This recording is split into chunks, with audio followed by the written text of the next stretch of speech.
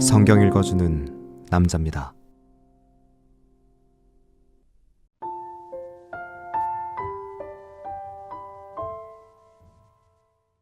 때가 제6시쯤 되어 해가 빛을 잃고 온 땅에 어두움이 임하여 제9시까지 계속하며 성소의 휘장이 한가운데가 찢어지더라. 예수께서 큰 소리로 불러 가라사대 아버지여 내 영혼을 아버지 손에 부탁하나이다 하고 이 말씀을 하신 후 운명하시다.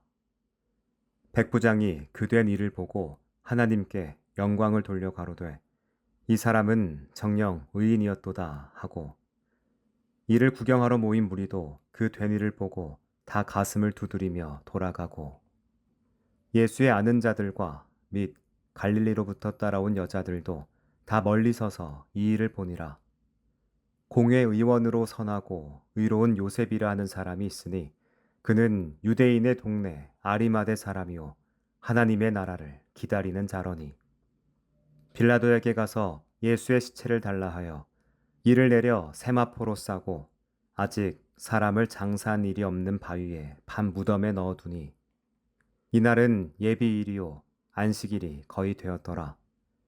갈릴리에서 예수와 함께 온 여자들이 뒤를 쫓아 그 무덤과 그의 시체를 어떻게 둔 것을 보고 돌아가 향품과 향유를 예비하더라. 계명을 좇아 안식일에 쉬더라.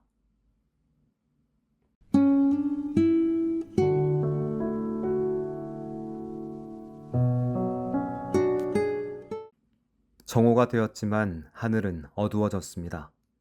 가장 밝아야 할 시간에 어둠이 온 땅을 덮었습니다. 하늘이 숨을 죽인 것처럼 고요하고 무거운 침묵이 감돌았습니다. 사람들의 마음엔 설명할 수 없는 두려움이 번져갔습니다. 사람들은 그 어둠 속에서 무엇인가 돌이킬 수 없는 일이 일어나고 있다는 걸 본능적으로 느꼈을 겁니다. 예수님은 그 어둠 한가운데 계셨습니다. 당신은 지금 십자가 위에 계십니다. 이미 육체는 한계에 다다랐고 조롱과 채찍, 고통은 거의 끝에 다다랐습니다.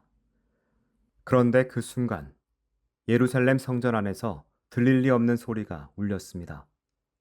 성소와 지성소를 가르는 휘장이 한가운데서 찢어졌습니다. 사람이 찢은 것도 칼로 자른 것도 아닙니다. 하나님이 손으로 찢으신 겁니다. 그것은 예배의 중심을 가로막고 있던 장벽이 무너졌다는 신호였습니다. 제사장만이 들어갈 수 있었던 그 지성소, 하나님의 임재가 임하던 그 공간은 이제 누구에게나 열리게 된 겁니다. 누가는 휘장의 찢어짐을 아주 간결하게 표현합니다. 휘장이 한가운데가 찢어지더라. 자세한 설명은 없습니다. 그저 그 사실 하나로 충분했습니다. 왜냐하면 그 순간부터 하나님과 인간 사이를 막고 있던 모든 장벽이 무너졌기 때문입니다. 더 이상 죄는 하나님께 나아가는 발걸음을 가로막지 못합니다.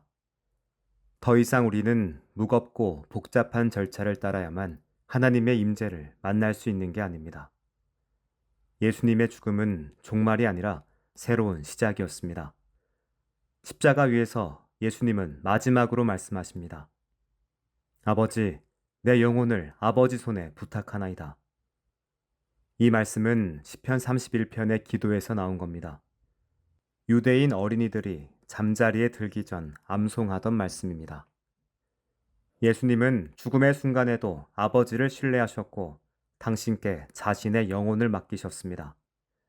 그 죽음은 절망이 아니라 신뢰의 선언이었습니다. 절규가 아니라 고요한 위탁이었습니다. 예수께서 운명하신 후 가장 먼저 반응한 이는 이방인이었습니다. 당신을 지켜보던 백부장은 고백합니다. 이 사람은 정녕 의인이었다. 그는 수많은 사형 장면을 보았을 겁니다. 그러나 이 죽음은 달랐습니다. 고요했고 위험이 있었고 사랑이 흘렀습니다. 그래서 그는 의인이라는 단어로 예수님을 표현합니다. 세상은 예수님을 죄인으로 몰아 죽였지만 그의 죽음은 오히려 의로움의 정점이었습니다. 그 모습을 지켜본 무리들은 가슴을 치며 돌아갑니다. 예수님을 따르던 여인들은 멀리서 그 장면을 지켜봅니다.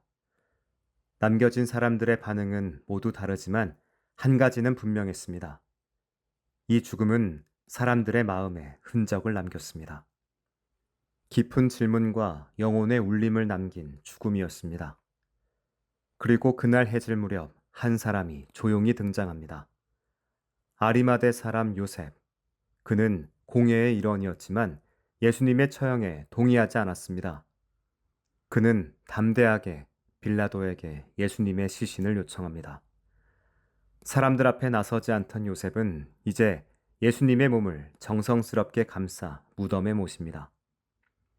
그는 누구보다 조심스럽고 조용했지만 그날의 행동은 믿음의 결정체였습니다. 또한 예수님의 시신을 따라간 여인들도 조용히 그 무덤을 지켜봅니다.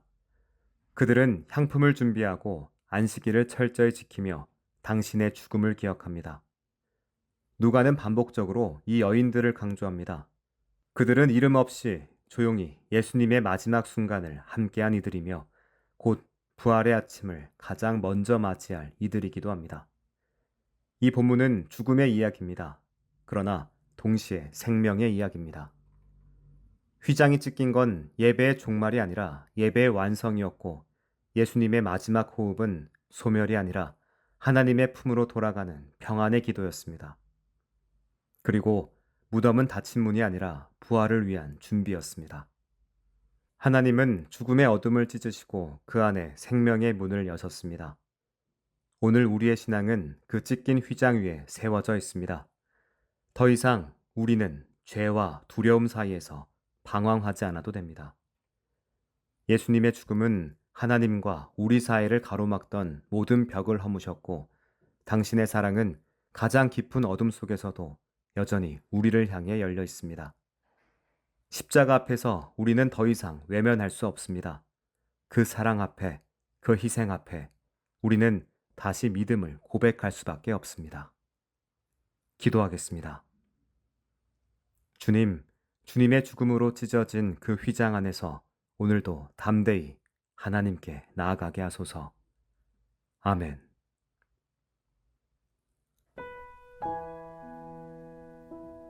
지금까지 묵상에 함께하는 교회 홍정환 목사, 내레이션 성경 읽어주는 남자였습니다.